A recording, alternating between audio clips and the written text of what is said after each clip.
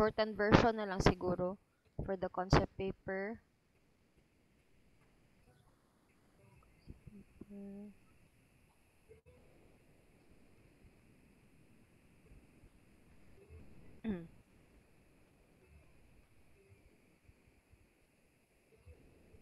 Kay kung moagi pa ta sa long process man gud sir, madugayan jud, dili jud ta makaabot og kuan.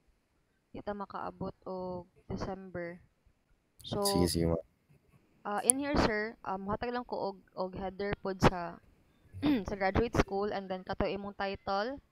So instead of a dissertation, ang ibutang na nimo diri is a concept paper presented to the graduate school faculty of Colegio de Santa Rita, then in partial fulfillment of the requirements for the subject lang, kay dili pa man ni siya thesis writing, methods of research pa man siya nga subject. So in partial fulfillment of the requirements for the subject nga methods of research, then your name dayon sir, dayon 2024.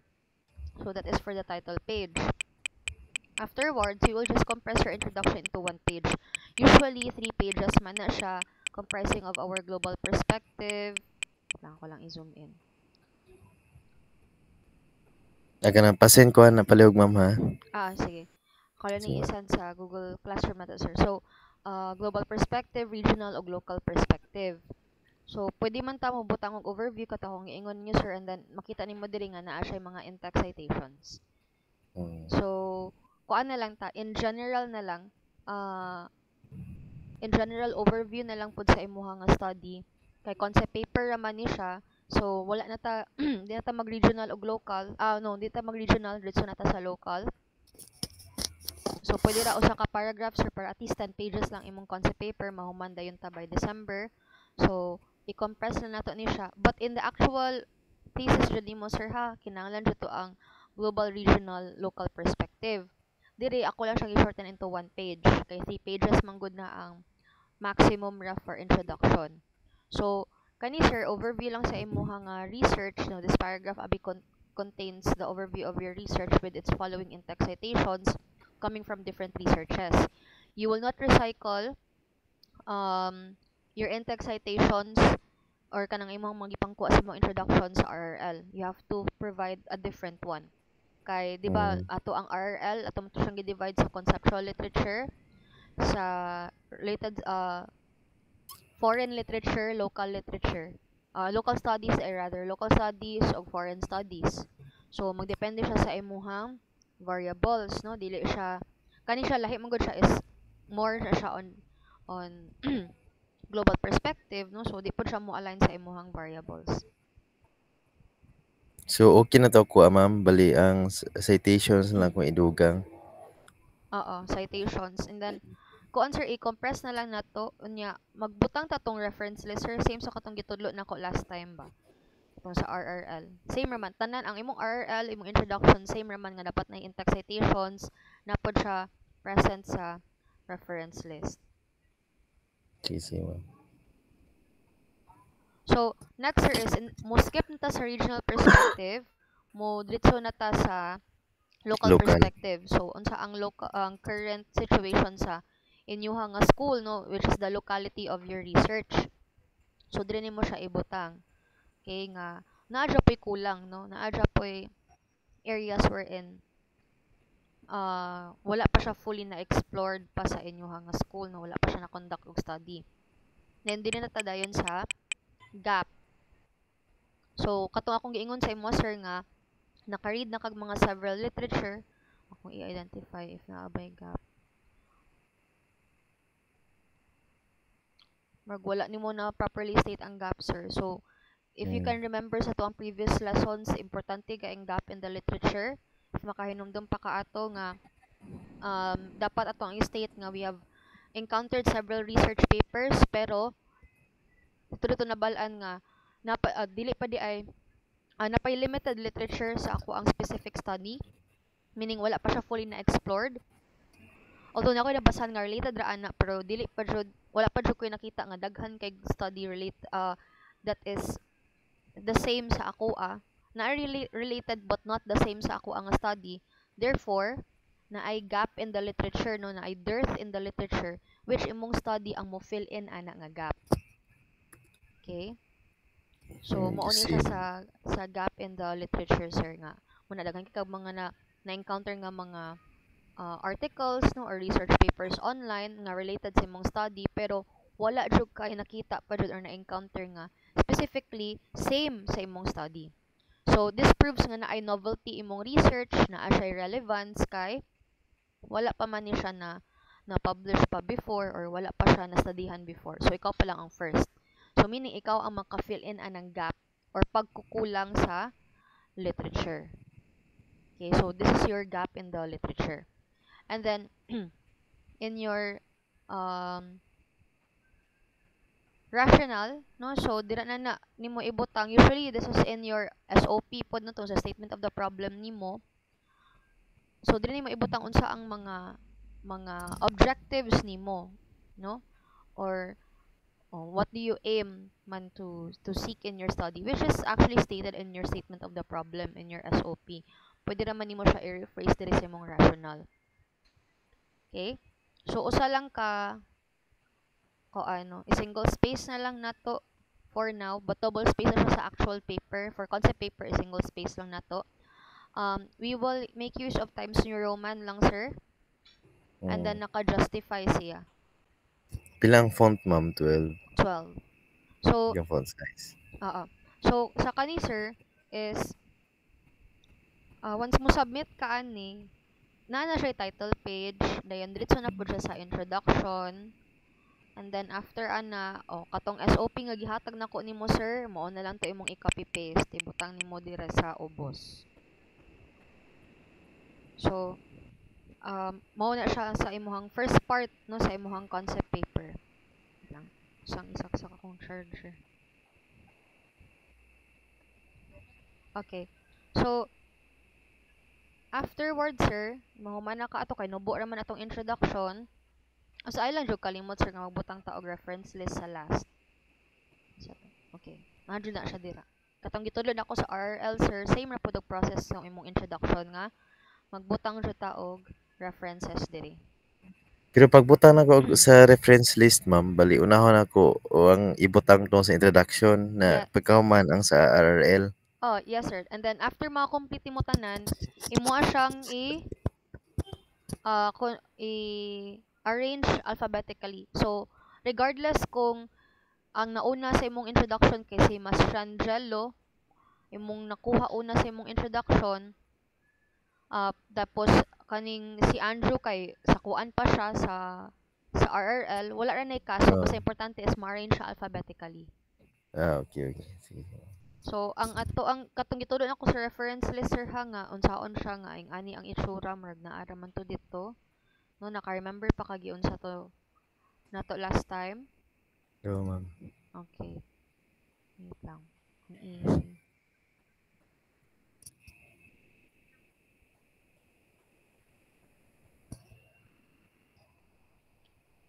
Wait lang.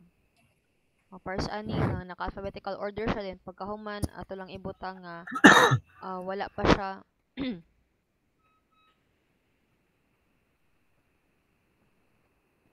wala pa ba siya na plaster og tarong. So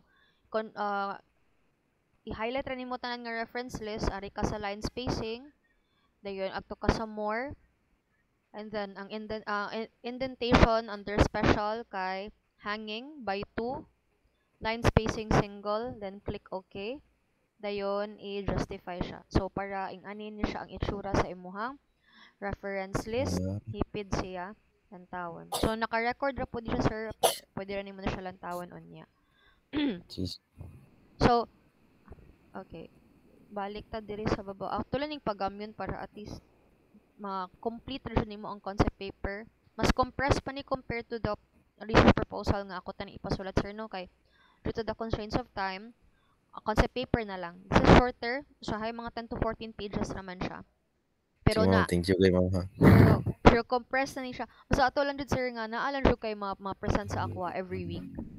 Nga naa jud kay agi sir. Kay para at least dili pod siya kuan ba mag-cramming ta ang quality sa paper ma-check pod nato siya every week. So, next sir is atong theoretical framework. So, muna siya ako ang iklase na karon no. Ang RRL nimo sir, kung anam-anam mo nimo siya, diri ni imong RRL ibutang. Kung magsugod na ka karon sa imong RRL, imo sang plansyahon imong kuan introduction, then magsugod ka sa RRL nimo, pwede siya nato ibutang sa chapter 2. So, medyo lahi ni siya og format sa katong handbook. Ang katamgong sa handbook, sir, nga ipa-follow unta nako nimo is sa proposal man gud to siya. So, we will just stick with this one. With the concept paper. So, this one, sir, is nubo na gani kaayo ni siya. Kuan nimo, sir, kanang thematic analysis Japon. So, unsa timong mga identified variables sa kuha usara man ako so usara kong gibutan diri man ang usara ka page. Pero na ko'y several in-text citations. So, single space lang ta kay para ma-compress siya into few pages. So, mao ni siya, sir, no, katong akong gitudlo last time. Di naman ako i-repeat ang RRL, imo ra siyang ibutang diri. So, dili lang siguro kung magpa-foreign o local studies nimo, sir. Kuan lang ta, Conceptual naman. conceptual literature lang according to your variables. So, naa sa mga tag 3 to 5 references for each variable. Okay, so akong i-check to imuhang variable, sir, ha. Pwede ka kanang kuan self-esteem, level of self-esteem sa katong with regards to school uniform. Pwede na siya nimong kuan og RRL, and then mangita po kag RRL for perceptions of socio-economically disadvantaged students. So duha ra ka themes ang imuhang kuan, sir, no. Una is ang self-esteem. Doble gin ako diri. What is the level of self-esteem of the socio-economically disadvantaged junior high school students? So, makuha ka og RRL, sir, sa Google Scholar related to level of self-esteem sa mga socio-economically disadvantaged students regarding sa prescribed school uniform. And then, ang second nimo nga theme is perceptions na pod sa socio-economically disadvantaged students regarding the impact of wearing school uniform. So, pwede ra duha ka themes. Una is ang level of self-esteem, then ikaduha is perceptions ra nila. What do they think about Okay. wearing the school uniform? So, pwede ra duha ka themes, sir, dayon. Nasa mga tag 3 or 5 ka literature or in-text citations per theme. So, na siya sa chapter 2. Okay, kung makasugod na ka, kung mahuman na ka sa mga introduction, pwede ra ka mo ambak sa chapter 2, then balikan na to ang chapter 1 for our theoretical framework. Dili na punta sa theoretical framework.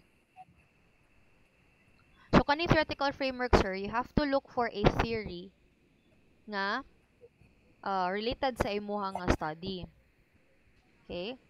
So, for example, sa kaning nga paper, ang iyang nakit-an nga theory, dili siya literature, sir, ha? Dapat theory jud siya. So, pwede man ta bahalag dili siya mo follow sa 5-year recency. Diba usually sa mga theories na atay 5-year recency nga dapat mo started siya from 2019 no down to 2024. For theories, pwede raman it is still acceptable nga naatay mga karaan na nga na-publish nga theories because there are some theories nga hangtod karon relevant man Japon siya. So para sa na self-determination theory created by Deci and Ryan in 1985, and then i-discuss dayon what the theory is all about. Okay? So, after ana, sir, once nga imuhang gi-discuss ang unsa ang theory is all about, na imo siyang gibutangan og kanang gi-justify nimo siya, mubutang dayon ka og murag discussion sa last how the theory is related sa imong study. Okay, so the study is believed to be anchored on the theory of Deci and Ryan, or the theory of self-determination by Deci and Ryan in 1985. This theory discusses how a company culture affects employee motivation. Then discuss dayon kaun sa na siya nga theory all about. Usually nani sa mga published pod online sa Google Scholar. And then lastly, pwede nimo siya ibutang how the theory relates to your study, no? So the theory, the self-determination theory, is in line with the study since discuss dayon in what way siya related. Since ang research pod nako kay ga-discuss pod more about organizational culture, motivation pod sa company. Pwede ing ana. Next is ang ato ang conceptual framework. So nubo ra jud actually kaayo siya no. Dili naman kay siya nimo complicate kaayo sir. Mangita ra jud ka og theory, not literature but theory. Discuss what it is no and how it is related to your study. Next is ato ang conceptual framework. So we will be providing kuan siguro sir. Input, process, output. So mo na siya tong himuon nga framework.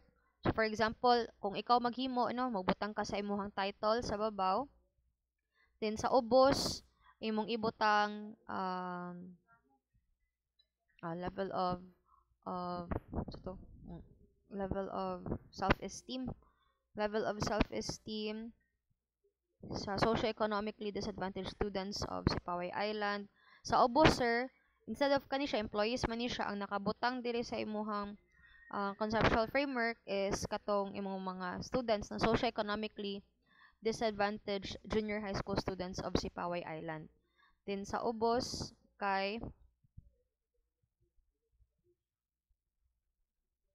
sa ubos sir diri sa ubos self-esteem dayon na ay arrow patubang diri dayon wearing of prescribed school uniform. So una imong title, then imong respondents, dayon butang kag ani nga arrow sa ubos no, self-esteem. Dayon arrow nga mo siya og relationship towards wearing of prescribed uniform. Dayon down sa ubos unsay output nimo, so naba kay intervention program to help those socioeconomically disadvantaged students no, given nga kung unsa man gani ang results sa survey no, for example dako jud abi kaayo siya og impact sa ilang self-esteem, like they feel ashamed abi for example if they are with their classmates kay kanang sila wala sila naka complete school uniform niya, ang uban naka complete school uniform or ilaha is kanang ugit na or balik-balik no. So what will you do in order to address kana siya no nga findings sa imong study? So masking wala pa naman imong research sir, pwede ra ka mo gunahon na og unsa man nga ang imuhang mahatag sa mga estudyante to address this problem. Pwede siya intervention program. Okay, butang lang nimo na siya intervention program. And then broken line actually represents feedback. So, kung mag-feedbacking ta, it means nga, atong i-check after pila ka years once nga ma-implement ang intervention program if naabay improvement sa level of self-esteem sa mga estudyante. So, ingana na siya, sir. So, okay ra, naka sa idea sa imong conceptual framework? Yes, ma'am. Yes, ma'am. Okay. Kay, ang purpose mo atong conceptual framework, sir, is mo present og schematic diagram to show the process of your research paper no. So ang input na to ana syempre is ang ato ang mga respondents no, and ato ang variables no, which is ang ilang self-esteem and then wearing of the school uniform. So i-process na siya through like survey no, gather tag data based on the responses of the respondents nato, and then ang output nato ana is ato ang intervention program. So we would really make an intervention program sir based from the findings of the study para implement sa inyo ang school so that we can address the issues and concerns of those students nga na ay concerns no or affected ilahang self-esteem because of the school uniform. Okay. So, dili na siguro kung pabutang og explanation. Sa proposal man gud sir, naa siya explanation. So, your schematic diagram should be paired with a written explanation what your conceptual framework is or your schematic diagram is. So, syempre imuha ra mang i-explain unsa ang flow sa imong schematic diagram. Okay? So, since concept paper man ni siya, you can just present the schematic diagram instead. Then next is atong significance of the study. So who will benefit no from the findings of your study? Okay? So you identify those people no, una syempre ang students. Katong concerned students no, which are your respondents. Then next pwede pod ang teachers or parents no, And then school administration, appeal man na sila kay para at least based on the findings of the study, the school administrators will be informed on how to properly address the concerns or issues sa mga estudyante nga affected nilang self-esteem because of wearing of the school uniform. Diba? And then, ang last is ang future researchers. So, since first pa man nga study, for example, sa Sipaway Island relating to school uniform, so katong mga future researchers nga mosunod nimo sir, at least na sila idea on what areas they need to continue nga wala nimo na wala nimo na encounter sa imuha nga study. Okay? So, for example, limited lang ka sa school uniform, pero napay ubang factors pod nga makaapekto di ay sa self-esteem sa mga estudyante. So, pwede po ito ipadayon sa other future researchers nga mosunod sa imuha. And then, himuon nilag basis ang imuhang paper. Meaning, ikaw na po ang ilang isite once your paper will be published. So, usually in our research proposal, sir, we will provide here explanation in what way will the following people, no? In what way will these following people benefit from the findings of the study? So, ato yung i-justify. But since this is a concept paper, we will just enumerate those people, no, nga maka-benefit from the findings of your research. Now, in here, sir, you have to arrange them according to who will benefit the most down to the least.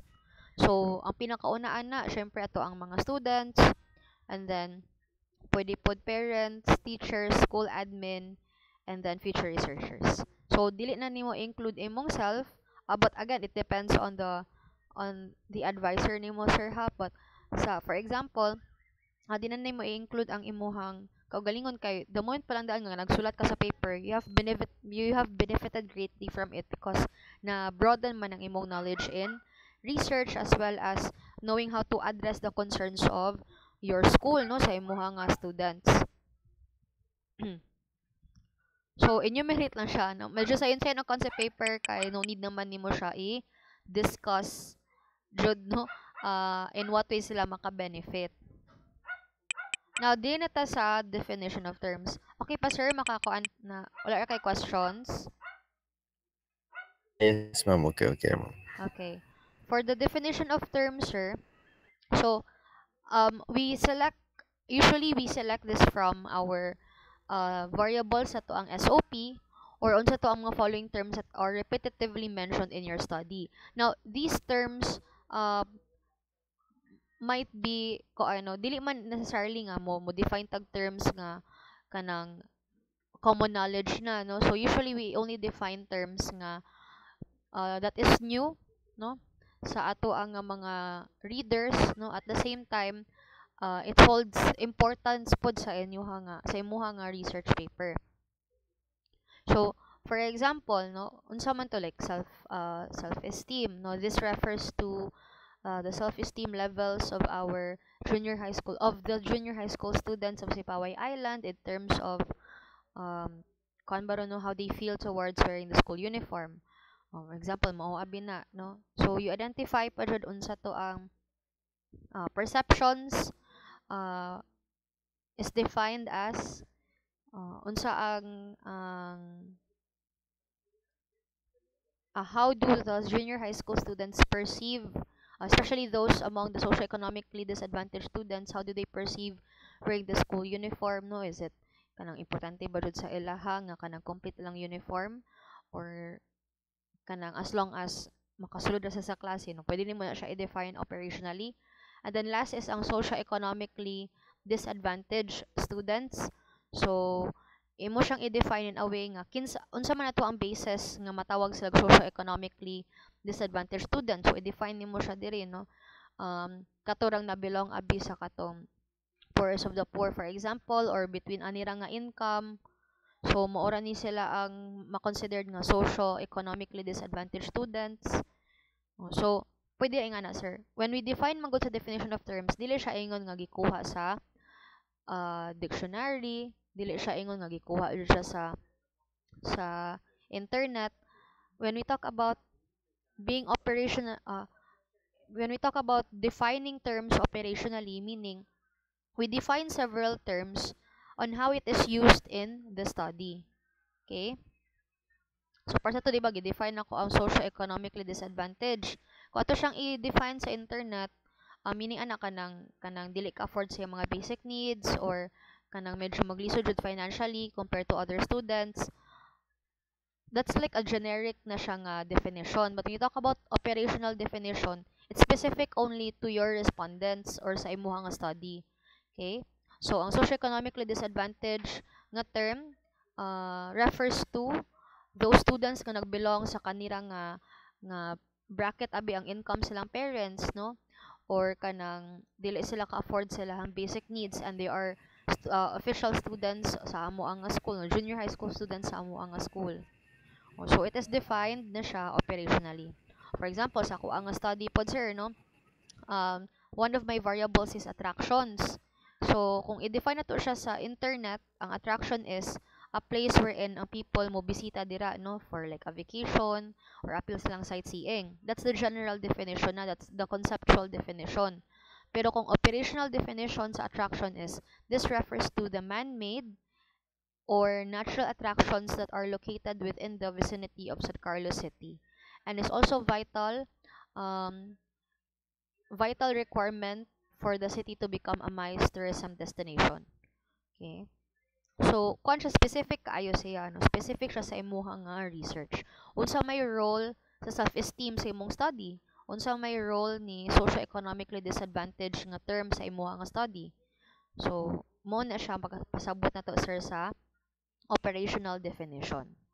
Okay? So, mo-identify kag following terms na imo siyang i-define operationally. You don't need to look for the internet and provide citations with this one. You can define it on your own.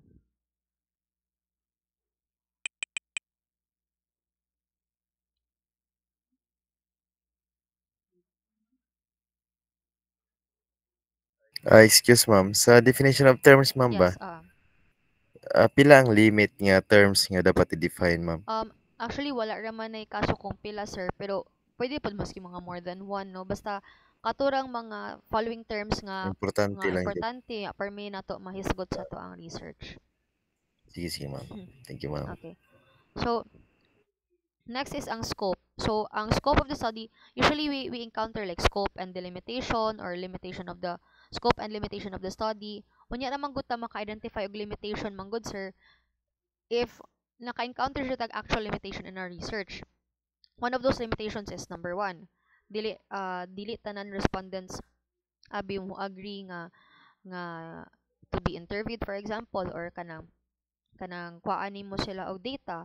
That's one example of limitation. Or for example, if your study requires you to have secondary data, no? Ang pasabot secondary data, like for example, mangayo abi ka og kanang grades, no, kay related sa academic performance ang imuhang research, no, i-compare nimo academic performance sa mga bata based on their grades, no, nya mukuha pug ka og sa survey pod, no, based on the perceptions pod sa mga estudyante. So duha imong basis, no, primary and secondary data.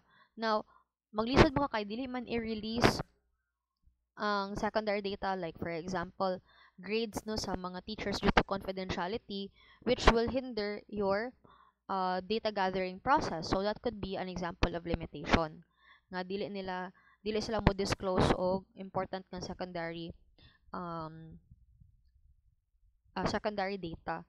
But for other nga reasons, or like kanang due to time constraints nga dili mo gud siya limitation kay it is already understood nga once gani mag-research ka, mo until jud ka og time, no, even money, no, kay gasto man jud, no, gasto both sa time, sa money and effort pa jud ang maghimo og research. So dili siya considered as a limitation. So sa scope sir, ibutang ra nimo dira unsa ang from the word itself, no, scope sa imuhang research, no. For example, unsay main focus sa imuhang study, which actually can be found in your statement of the problem. Like what I've said, everything is patterned, no, or aligned in your statement of the problem. So imo nang ibutang ni gikan sa imong SOP, imo rang ibutang diri na unsay mga areas nga imong studyhan, and then you also present here. Okay, so mo ni siya, no, like from your SOP. After ana, you also present here who are your identified respondents. So as assessed by the junior high school students of Sipaway National High School, for example. Okay, specifically in Sipaway Island, San Carlos City. And then mo na siya no, identify na nimo ang area or focus mo study from your SOP, then who are your respondents, asa ang locality sa mong research, for example in Sipaway Island. Dayon ang pinaka last diri nga part is unsa ang imuhang data gathering instrument. So syempre they will answer a researcher made questionnaire to gather data. So appeal po na sa imong scope, no. Ang namagod sa scope is your who, what, where, and how. Okay, who are your respondents? What is unsa ang scope sa imong study, no? Unsa yung mga areas nga imong studyhan? Where? Locality, like asa man nimo i-conduct ang study, no? Sa inyo ba nga syudad, sa inyo nga school. Okay? And then how would be in what way will you gather the data, no? So through researcher made questionnaire. And then ang findings sa imong study will be utilized for what kind of output? So you go back to your conceptual framework, di ba? Kung naka-intervention program to address the needs and concerns of your students, then that will be your kanang output, no? So the findings of the study will be utilized as a basis in formulating an intervention program to address the needs of our junior high school students with regards to wearing the school uniform, no, and how it affects self-esteem ba nila. So more na under scope. So that is for chapter 1, no? This is for chapter 1. And then muna to siya sir ang sa chapter 2 nga ako ang gisulti sa imuha katunang mo add ka diri og mga following literatures nimo with in-text citations. So every time that you provide in-text citations sir, dili jud ta malimot nga naapod tay reference list. Okay, so importante ni siya na naatay reference list.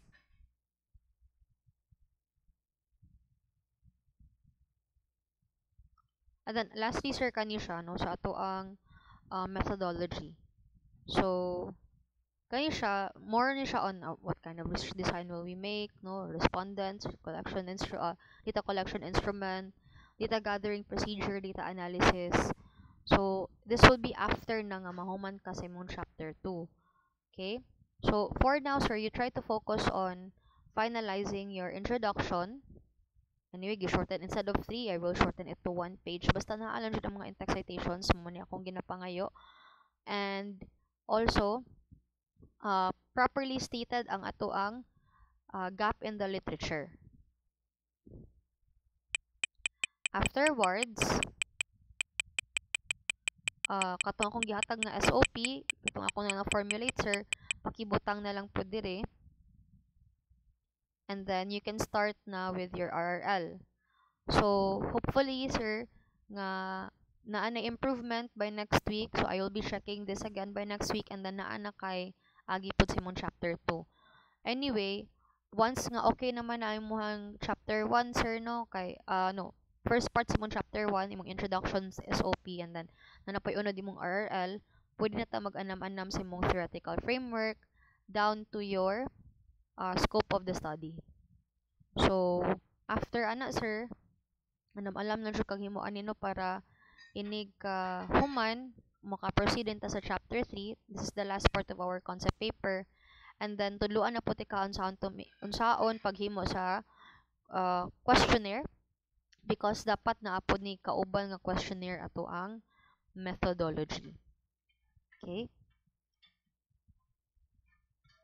So, question sir? Wala ma'am. Thank you kay ma'am. Nya kanang pwede ko mangayo sa kaning heading ma'am sa Santa Rita ma'am. Sige sir. So akong i-upload after ani nga class sir no, akong i-upload ang header sa Google Classroom ug kani pod siya nga format as well as the recording pod nga para mabalikan nimo og lantaw later on. So ang akong assignment ra jud nimo sir by next week is katudang polish na imong introduction, although shorten siya pero at least na polish na imong introduction, naa na poy progress ang imuhang RRL, and then one file ra siya tanan. So dili na siya lagka sir no, one file ra siya tanan nga naa po dira ang imuhang SOP and your title page. Okay? So mahuman na siya sir, makahinahinay na pud ta for the rest of your chapter 1.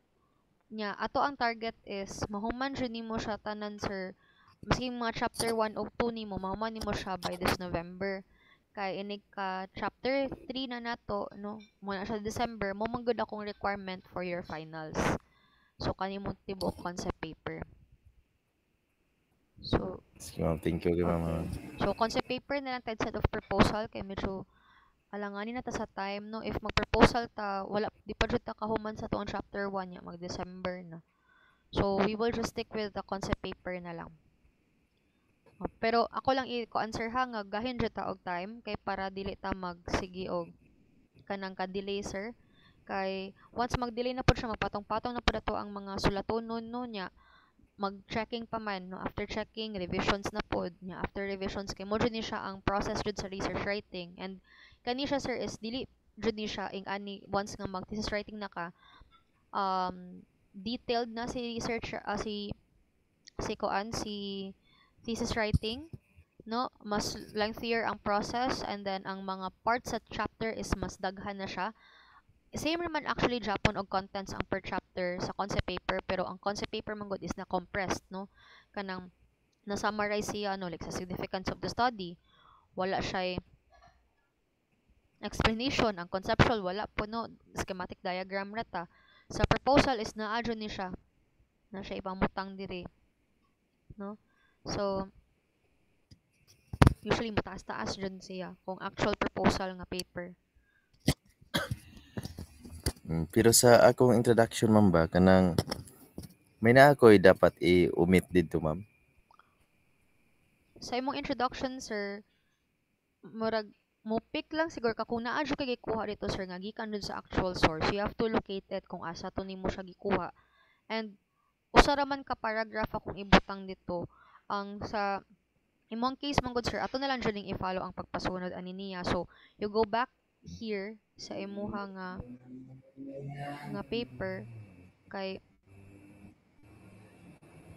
wala man gud diri na discuss gud sir ang kanang about sa Sipaway Island, unsay current situation ninyo dito. Okay, so usbon na dyan na siya Oo, tanan usbon di. siya tanan. I-overhaul dyan na to siya sir. Nya kanang kani siya sir na ay uban parcel nga pwede nimo siya i-overview pero wala man gud siya. Dita kabalo asa ni siya gikuha. So mas may if na siya in text citation. Kay pares aning kani siya sir nga part o na ana siya in text citation kay ikan man ni sa different researchers. So instead gani of 3 pages, 1 page na sa introduction, pero naa na siya overview with in text citations ang first paragraph. Then pagkahuman local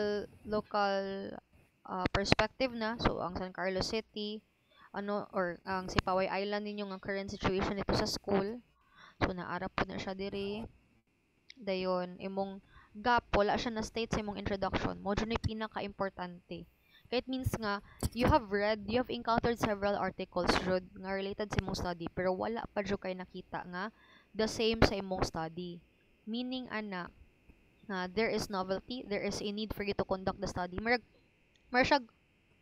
kanang imo jud na convince jud ang reader ba nga since wala man jud ko nakita nga same sa akong study na mga related sa akong research no nga ako nabasahan online pero wala pa jud na conduct nga study sa Sipaway Island that is the same sa ako ang research, meaning there's really a need for me to conduct the study.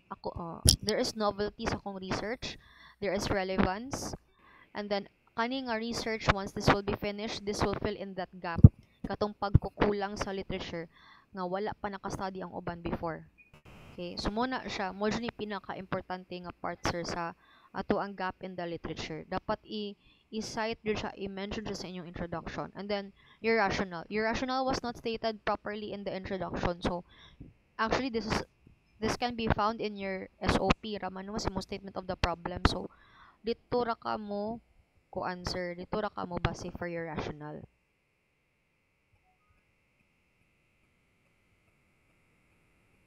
Okay, so okay na ta sir, naka-kuan na ka sa introduction. Anyway, usa na lang man ka page no. Basta ang akong assignment nimo sir, humanon jud nimo ning introduction by next week. Nakahanay na siya, mohatag lang ko og header pod. Na siya title page. No, so naa na siya title page diri. Dayon ang chapter 1 nimo kay complete na pod ang kuan. Tulo ra gani ni siya 4 paragraphs naman gani ni siya. So mao-manage nimo siya, sir. Ang ato ang format ani is Times New Roman. Single space na lang instead of double space. For proposal, it is double space ha, but for concept paper, single space lang ta. Dayon size 12 and then naka-justify para tupong siya tanan no. And then nala siya indention. Ma'am kanang nangita ko diri sa kuan ma'am ba sa Google Scholar bitaw nya murag wala may study nga kani bitaw ang uniform kanang related sa self-esteem. I-try lang nato og murag nakakita ko to last time pero tabangan lang pud ka og kuan sir ha kay i-try lang og change ang imuhang mga kuan pod sir, imuhang mga keywords. Keyword. Oo. Sige ma'am. Try lang change imong mga uban nga keywords sir na aran siya mo gawas no. And then make sure lang pod nga 2019 to 2024 ang imuhang literature.